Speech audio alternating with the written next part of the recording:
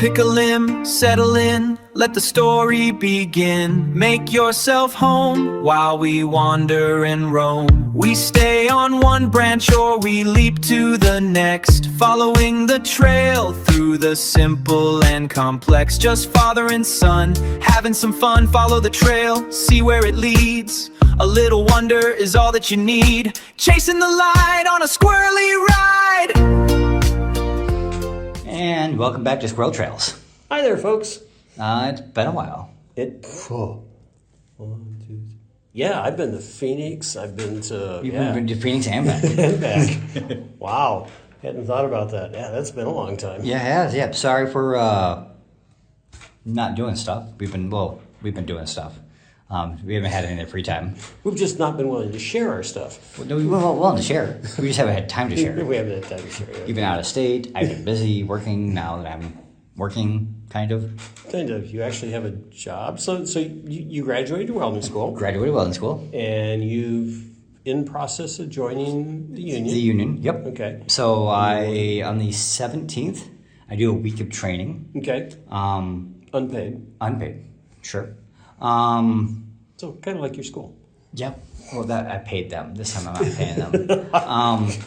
And that doesn't happen until the union dues. Then I'm paying them. But after the week, then I'm part of the union. Okay. As long as you can make it through the week. I'm assuming that's how it works. I survived the week. So it's boot camp. It's boot camp, 100%. Okay.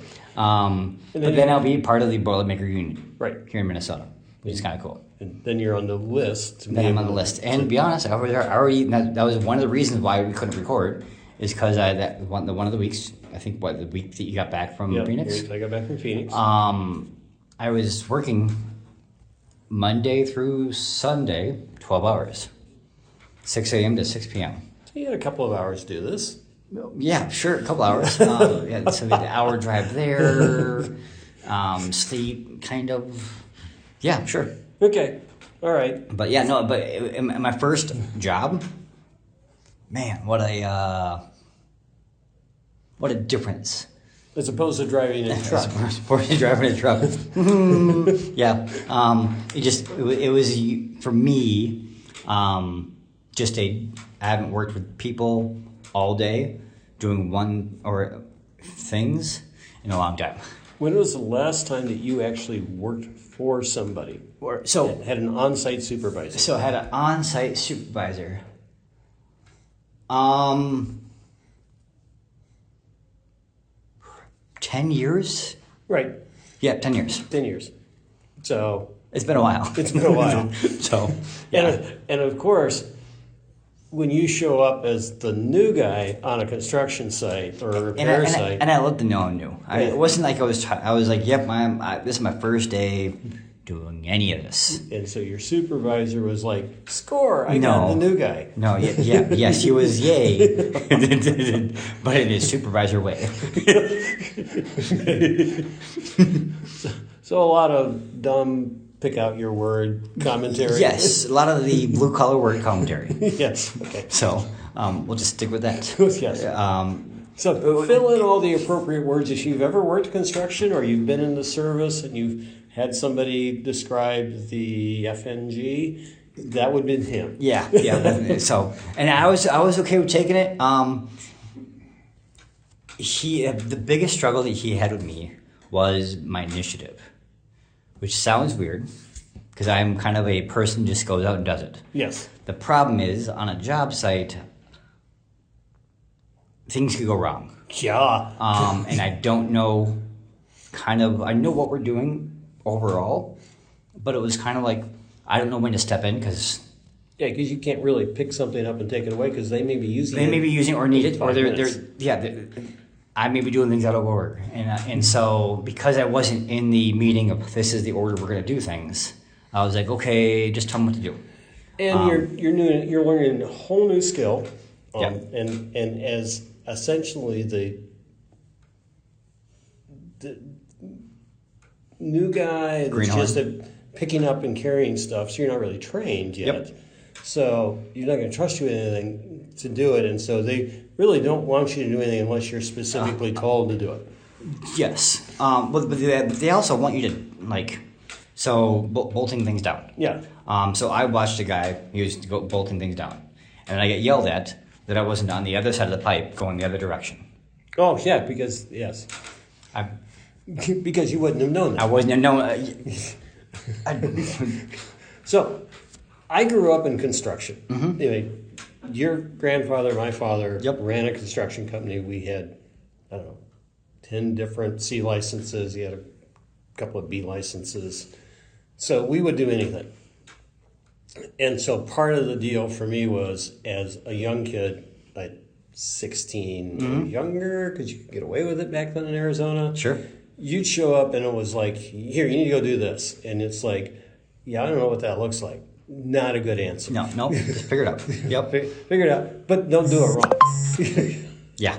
So that's part of the challenge, isn't this? Is as you make that career change, and by the way, that's true in any career. 100%. Yeah. I get somebody coming into a risk management role or coming into an audit role, and they're like, "Well, I want to talk about this."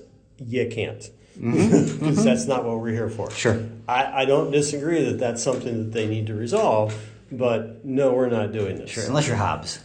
Sure. But we're doing a data security review. I'm not going to have commentary about this fencing outside. Sure. Even though I can probably identify physical security gaps, not going to do that. Yep. But if I got a new guy coming in that's all they know is firewalls, I don't want them talking about blocks. Yep. We're not do that yet. No. So yeah, there's change. So you did all that. I did all that.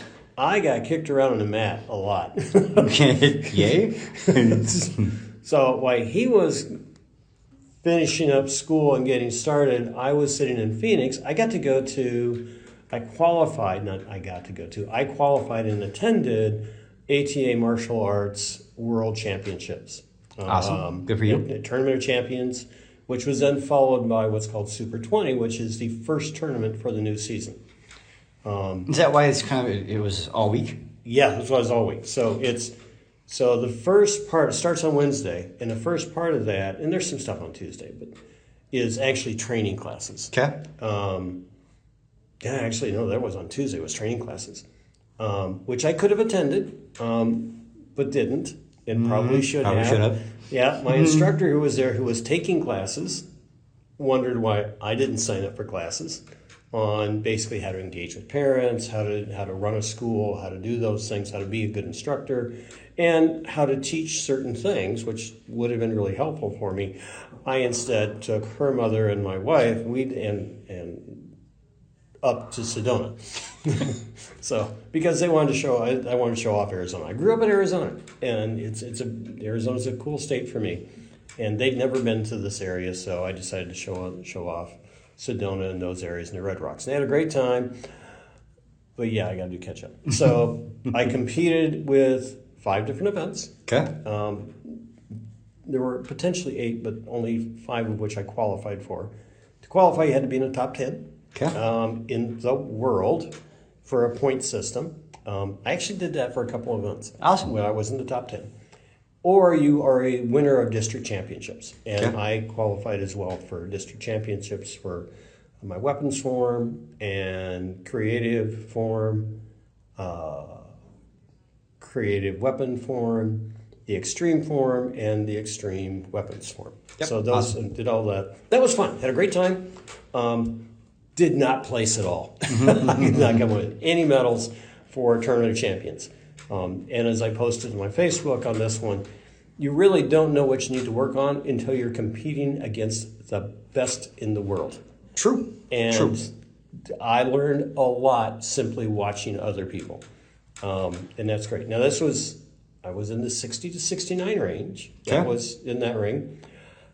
But for the new tournament season, I've turned 70. Sure. So I'm in the 70 plus. Technically, it's 70 to 99 because evidently nobody older than 99 competes, but what the heck. So what we might call the seniors group. Sure, yeah. So we're all over 70, and so I was there. And that I did do well in. I did come away with 5 medals. Awesome. Within that. Okay. So that was cool. So you already got points for this year then? I got points for this year. So for district, for this state, I've already got either 10 or 15 points, depending on what it is. So that would be like what I would get after 3 tournaments. Nice. So it did well. So I had a good time, had fun. Really cool metal. Do I still have it in there? I met when we were going to do this until he decided to work late one night. Not bad. I was going to show off the metal, but we'll save that for another time. But I had a wonderful time and great people.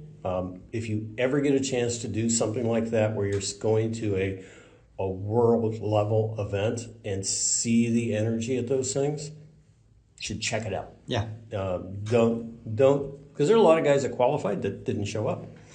Hey, if you don't show up, you can't win. Yeah. It's very true. Honest. And get out there and do. That's the definition of life. Yeah, it is. So that was fun. All right. So what are we doing now? We have a fun topic. In the way I use the term fun, or the Yes. way you use the term fun? We both use it the way. I think we both use the word fun the same. To be honest. So, if you're new to the channel and you've stuck around this long, wow. Why? We do random things. We talk about random things. It's the whole point of the squirrel. We used to be a little more structured. That went away. Even then, we were still. That's true. Yeah. Even when we had structure, we weren't structured. My boss says that now. Yeah.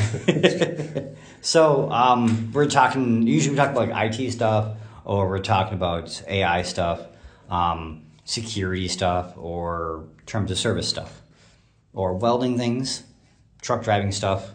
Today, it's D&D stuff. Wow, we're talking about role-playing, tabletop role-playing games. Yeah, make believe, theater of the mind. Theater of the mind. Kind of like this channel. Which, to be honest, until recently, I hadn't done since 1988. Okay. Maybe 1990. So, what was it called back then? I played a version called Tunnels and Trolls. Okay. Dungeons and Dragons was still around. Sure. I mean, that, to be absolutely correct. But a product called Tunnels and Trolls was available and was a very lightweight environment. So it fit my desire that I didn't want to have to know a ton of rules and kind of get to that. It was a very light play, so you could have a group of 6. You had a lot of fun without having to really do the role play. It was much more of an interactive conversation. Kind of like what we've been doing with Dagger Art. Oh, sure. Yeah. So. Okay. So things are happening with D&D and Hasbro. Wait a minute. For those that don't know, why would a company that makes board games and toys own a book product? Because Dungeons and Dragons, it's about books. And miniatures and toys. Yeah, and miniatures and toys, okay. Map making. I mean, Dungeons and Dragons is about many different things. Okay. It's about play. And Hasbro is about play. Okay. Is this their... Should they own it? No. They...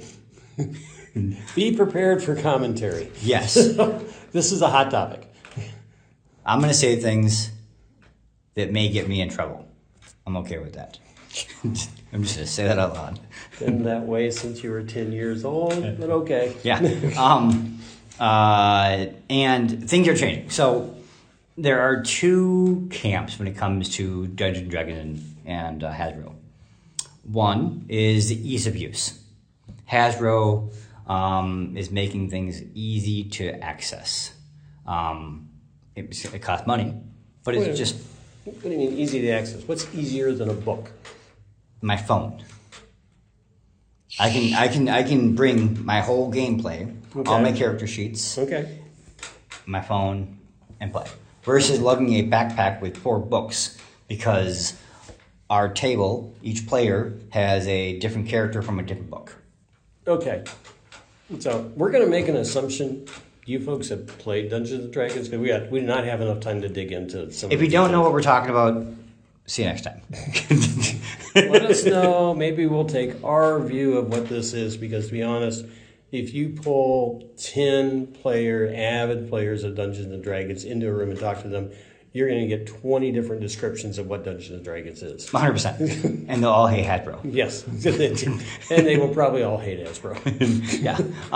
So I visited a couple locations today. Okay. And just kind of asking questions. Do they like what's going on? What are their feelings as a business owner? Because again, I'm a business-minded person. Right. So I'm not just taking it from someone that plays the game. So these are places that are kind of dedicated to playing the game. Yes. These are businesses. These are businesses that they sell make, the product, sell the books, sell the little figurines, sell a day to play the game. You can come in. I mean, some of the places have a free place. You can come in for free and learn to play for 3 hours. This is how you become addicted. 100%. It's a free drug. I say, drug dealers do this all the time. Yep. It works. Hey, AI products do that too. Not recommended.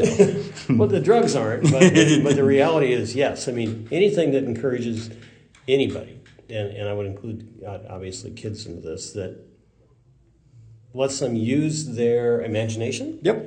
And build that, create that world in their head so they're not strapped with what they see in front of them. Yep. And in all honesty, gets them off screens. It is a wonderful thing. Oh no! Wait a minute. We're not going to take them off screens. We can still. So this is where Hasbro wants to keep. They're okay with the face-to-face play. Okay. But they want everybody to pay for that spot. So their model essentially is turning into: we own the rights to the game, the book, your characters, your character sheets. Your figurines, everything is digitized. So if I design, so like your daughter creates a character, and she has an active imagination, and so For sure. and she's a bit of an artist as well. Yep, 100%. So she's designed her own character. Yep. She loads that into. Like currently, she loads that into D&D Beyond. Right. And they like that because they have access to it and they can see it. They can go, yep, that's going to be in our next book. So she doesn't maintain any creative rights to that in theory. No. Are she informed about that? Terms of service right there, if you've read it. Again, we're having the same conversation. If you look back at our other conversation with Sony, and at least one location brought this up too, without me prompting them. Yep. They're like, hey, the stuff going on with Sony, we're having the same problem here. Because Hasbro, again, if it's all digital, they can limit the access, going, hey, that book, the words in that book are now not good politically Okay. correct. So we're going to change that. We're not going to tell you that's done. And you can't have the old version. Okay, so let's go back and kind of talk about the way I'm used to seeing D&D or any tabletop gameplay. Sure. I sit down with you as a dungeon master or a game master, depending upon the model, and we have a set of rules in a book that we all basically share. Yes. I may happen to buy one because I like books, but John over there may not. Yeah. We just share and we spend an afternoon actually building our characters. You've built a world that you're going to have. So, keep going. Now, in traditional gameplay, I've written down my characters on what's called a character sheet, stats, Correct. and this is what I'm going to use to play with. Yeah. And I've pulled those stats out of the book that describes all the rules for the game and how a given character plays and what does a bow do and how much damage does a sword do, that kind of 100%. stuff. Yep. So now that's going to be just the way. So if it goes to and Hasbro's wanted to take that to a digital product. So D&D Beyond says, okay, I build my character on their screen. Follow their step-by-step tutorial. Step-by-step tutorial, which sucks, by the way. Sorry, I didn't say it out loud, but it's horrendous. Unless you own all the books. No, even if you own all the books, trying to track it down, because the first thing is, I want this kind of character. That's true. Now I have to go buy the book because, that type of character was only in that version. Yep. So now I can't create the character unless I've purchased that book.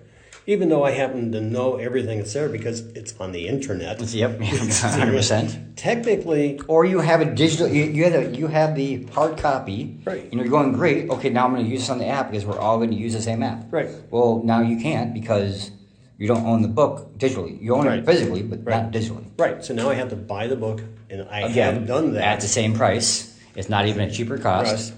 I've done that. It drives me crazy, and so they're converting what used to be a game where, in the best case, there's enough information to play Dungeons and Dragons without even buying a book. 100%. There is enough product out there on the internet that I can do this literally without buying a book. Sure. It's easier to buy the book because the artwork's kind of cool. Sure. Yep. So it's fun, but and the books have some storylines, some one shots. Yes, absolutely. If you're doing kind of a one night play, right? Which is the best way because your schedule, my schedule, your family schedule, getting together for a 6-month campaign. That's a 3-year endeavor. Yeah. We're living it right now, just to be clear. To be honest, that's most D&D campaigns. It isn't just our problem. This is every Dungeon Master's problem. Okay, but the other challenge, so we think about this. Now, Hasbro is saying, no, you need to buy all these books and put it onto digital. But, one of the things that made Dungeons and Dragons and Tunnels and Trolls when I was younger so much fun is I could buy product from, say, Marco Green or somebody else that has third-party traps or dungeons or monster guides that weren't necessarily product that was licensed by them. It was just a third-party product that was available. But I can't use that now because I can't necessarily say, I want this specialized weapon that was in that book. But that's not in any of the Dungeons and Dragons books. So sure, it sucks to be me. Yep, or modify. Yeah, or modify it. Oh, wait a minute. Would a game master or dungeon master creating a world actually modify the weapons? Never. No, don't. Or magic? Never. They would never. Yeah. No. Strictly what it says is what it is. So this is one of the challenges when we move to a digital space. You're handcuffed by the digital world. And so I think this was, so if you look at the history of what Hasbro and D&D have tried to do, they had a 3D model game. Okay. That failed completely. I think it wasn't just the gameplay, it's the pictures and the graphics were not great, but outside of that, I think it was that kind of that freedom to play. Yeah, because that's what D&D is all about. Yep. I mean, any tabletop role-playing game, and I don't care if you're playing Travelers, Warcraft, any of the others that are truly table-based, not automated, not digital. That ability to say, hey, and you talked about it as we came into the room. What happens if you throw the goblin down the chute? Yeah. That's not in the gameplay. That's not in the gameplay. How is the DM gonna go? It's not on this list. Sorry, you can't do that. Right. No, it's not. That freedom of fun. Yes. It goes away. Yeah. And that's what I think is Hasbro's struggle right now.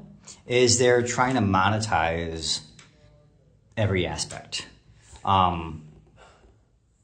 Because to be honest, they're creating some new content. I was doing some reading recently as we decided to talk about this. They're bringing back some of the original creators of Dungeons and Dragons, or the son of the original guy, because he ain't around anymore. Yep. But the folks that wrote literally the first books on this, they're bringing some of them back to help with new content. Yeah, yep. They're bringing people your age around. Yeah, they're bringing or older, to be clear. Okay, just to be clear, I'm 70. Some of these folks, I was a teen when they created the game. So right. Trust me, they're older.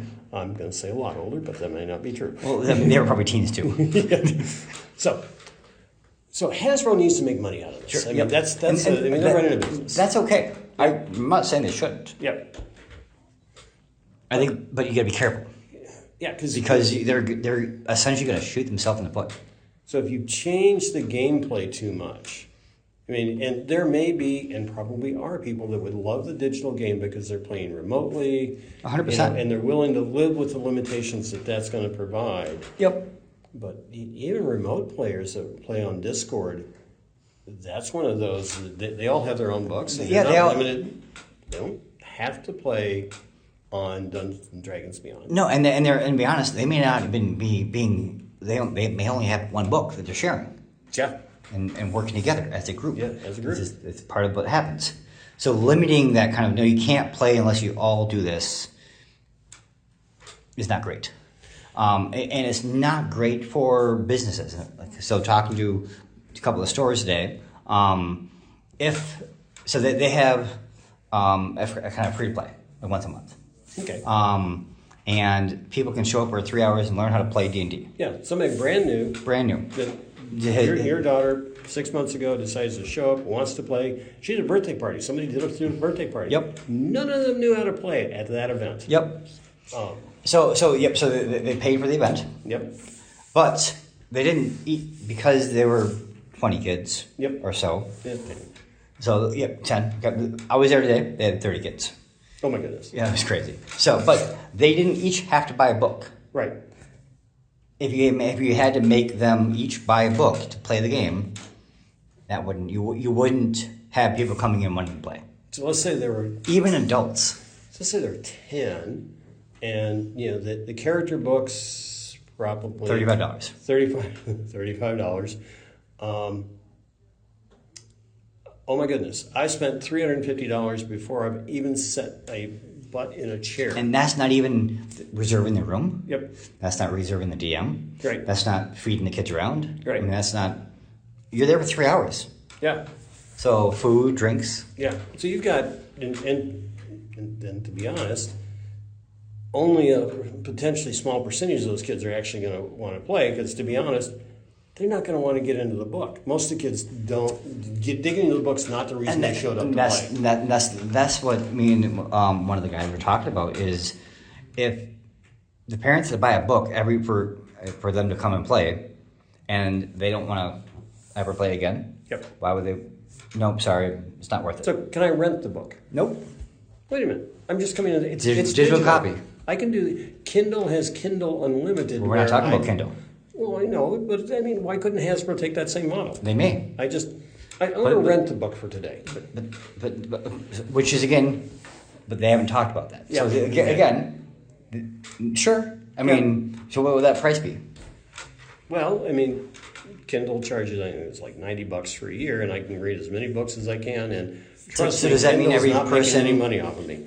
Does that mean that every person that wants to play the game have to have a subscription for what you're? Yeah, that's what you'd have to do with that, right? Again, so now you're still having them. But right now, people show up. Yep. Here are the books. We can all share the book. Yep. Figure it out. Do character sheets on paper. In all honesty, here's the book. If you need to go through it, because what's really happening at these things is, here's a book you want to dig into it. Yeah, we'll show that. And maybe they spend a few minutes, but the whole idea, they're basically walking them through, in many cases, 100%. pre-made characters. Yeah, yep. These are, I've already pre-made characters for you, because this is what happened with your daughter. So the gameplay is yes. Yes. So the learn to plays, they're not pre-made. Okay. So they're actually walking through the process. Okay. And so those are, again, learning to play versus the party. Okay. Because I was when I visited previously to you today, they were setting up and they were putting all the character sheets down and they were blank. Okay. They had 8 sheets that were just blank. So you could figure it and do. And again, it's 3 hours. Yep. That first session isn't about playing the game. It's about building your character and building your group. Okay.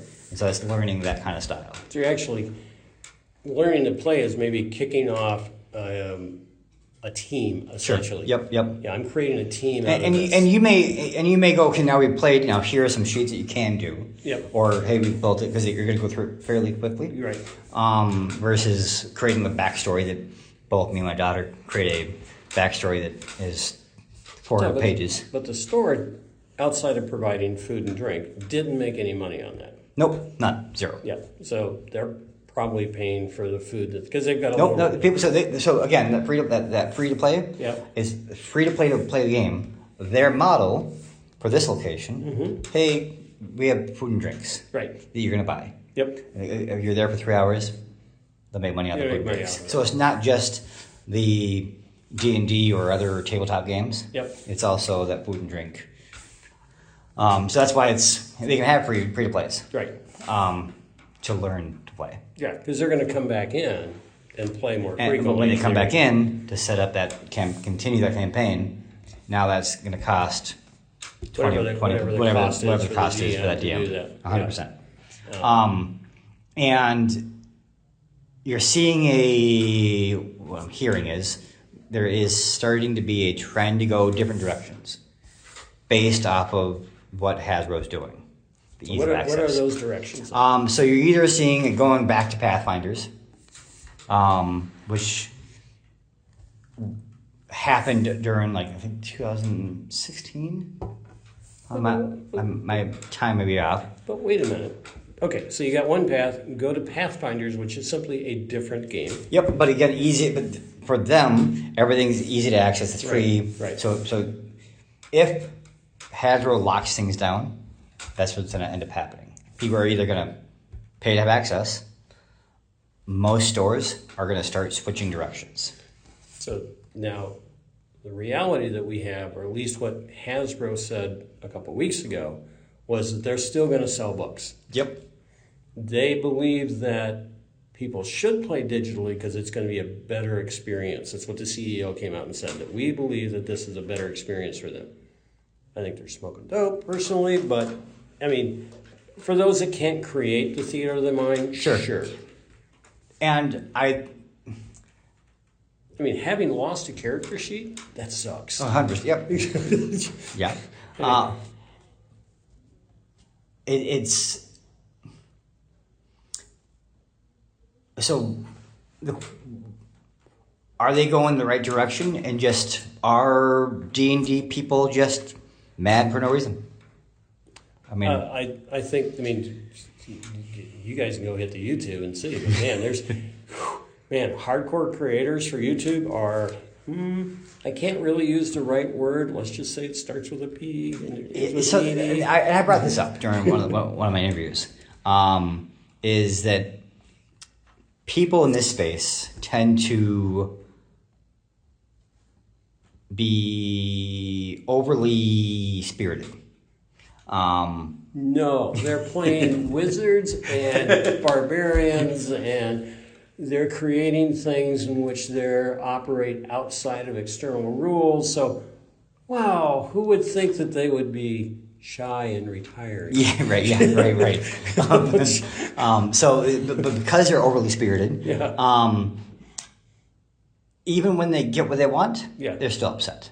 And not everybody, but it's kind of a mix. And so Hasbro has to kind of follow that kind of line of being able to make money, but these overspirited people, it's not about money.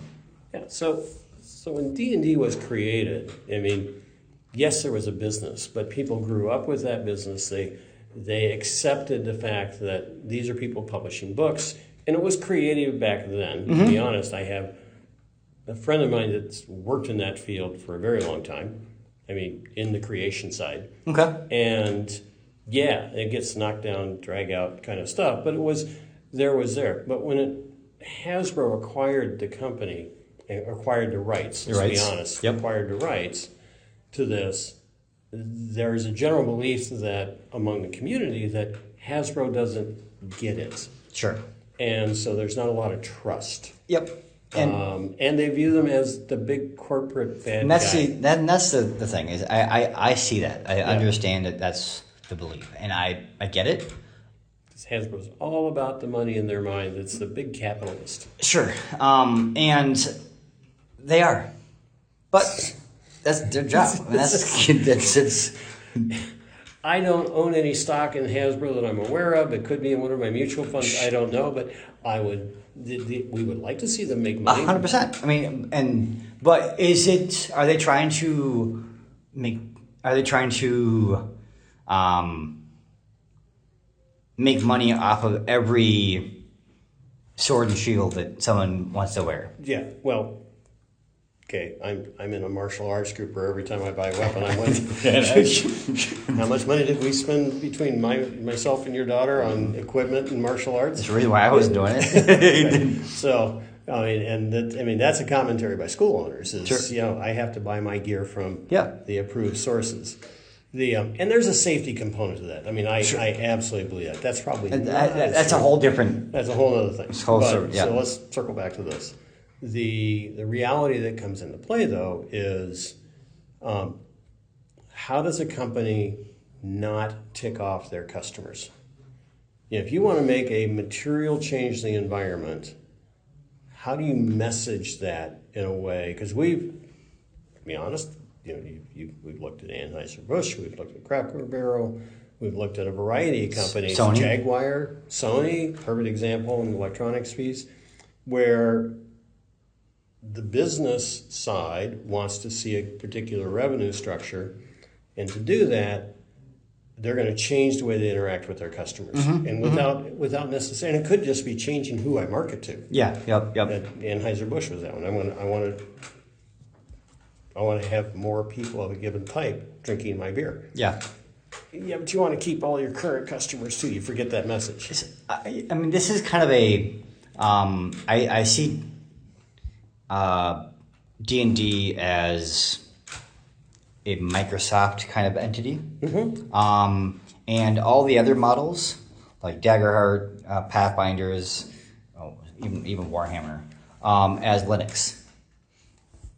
Kind of a model. I'm actually going to suggest that it's probably more along what happened with Sears. Okay. You're too young for this one, but Sears was the driver for department stores. Okay. They were the biggest department store out there. They drove the way department stores worked, and everything from appliances to Craftsman tools that were a part of there. And then because they could do that, they ended up changing the way they interacted with their suppliers, and they were no longer getting the same quality of product because people were just buying from Sears. Sure. And so they changed the way they basically interacted with their customers, and suddenly they're no more. So should Hasbro focus on the storytelling and not the character creation? So if you're gonna provide a digital product, and I'm not saying you shouldn't, because there's a customer base. I think there's a customer base. 100%. Yeah, I think digital is okay. Yeah, digital. For sure. I mean, that ability to say, I'm going to create my character online. I want to be able to, as a game master, I want people to use the electronic game sheets because I know there's not going to be any cheating going on. Sure. Because I can manage that. that. Sure. Yeah. With kids, sure. Yeah. With kids, yes. Yep. Having the dice be there, you just press a button to roll the dice. Yeah. Yep. Makes sense. I can remember Critical Role running through this or our own house play. Our own house play. What was that dice over there? What was that? Was it really 6? Trust me. So it's how do I maintain? This is true for any business. I don't care what the business. I have bank businesses. I mean, I happen to work for a bank that's changing what they're trying, how they're trying, who and how they're trying to market to. How do I maintain those core customers that I need, that book community, to say, yes, I want to provide a digital product, but I still want to support that gameplay that sits outside of that, because there's a lot of fun to that. Yeah. And flexibility to that gameplay. And to be honest, I mean, you're working on creating a game right now. I am. Yeah, I'm building my own world. You're building your own world. You can't load that into that digital space. You probably could, but then the rights change to that. Be honest, I am doing on a digital space, but I've also read the terms of service. I read it. There's a whole nother survey we should do to see how many people actually read terms of service. Yeah. Again, a story worth. Yeah, definitely. So how does a company that wants to make more money in this thinks that digital is going to provide a better experience for them, or just wants more money, figure out what it is, but keep their current customers happy? or create a digital experience that bridges that. Sure. I mean, that's would be what I would want to see is how do I let somebody load a character that's not in the book that lets me get to that without everybody having to buy that book. Sure, and this is... That's the other side. I want to load a character. I have to buy that book from that character. Yep. And guess what? The game master has to buy that too. Yes, and this is where the guy that I spoke with at one of the stores, he mentioned a way to kind of help fix this, of doing both digital and physical. Cool. What do you say? When you buy the physical book, get a QR code. I've done it. Yes. And so that way you're not buying two books, but you have now you can put it to digitally. And by the way, that's not a novel concept. No, it's definitely not. Bain Books does that for science fiction books. If I buy the physical copy, it used to be that a CD version of the book was in the hardback. In the back. It's literally in the back. You had the CD version of there, and they don't. And to be honest, that's a publisher that doesn't have DRM coding on their digital books. If I buy the digital copy, I can make a copy of that. It's on me to make sure that I'm not breaking any of the rules. Yep. And so, and they've been hugely successful with that because they've been willing to work with their customers. Yeah. Your attention, please. The library will close tonight at 6 o'clock in about 30 minutes. If you need to call for a ride home, please make your call now. Well, on that note, I suppose we're wrapping things up. I think we're going to wrap things up. So any last questions for the viewer? Or the librarian. Or the librarian. Yeah. Please don't think so. I mean, assuming you're keeping that in the content, I guess. I am. I'm keeping it. Definitely keeping it. It's what we call inappropriate time management. We're supposed to be done by now. We are. So I think the thing that I would be interested to know is, one, making the assumption that you're going to comment if you are or have been playing tabletop games, is why do you like the hard copy or do you like the digital one if you played the digital one? And to be honest, I would encourage you, because you can get into the first one without terribly expensive. Sure. To try some of that digital product. But there's...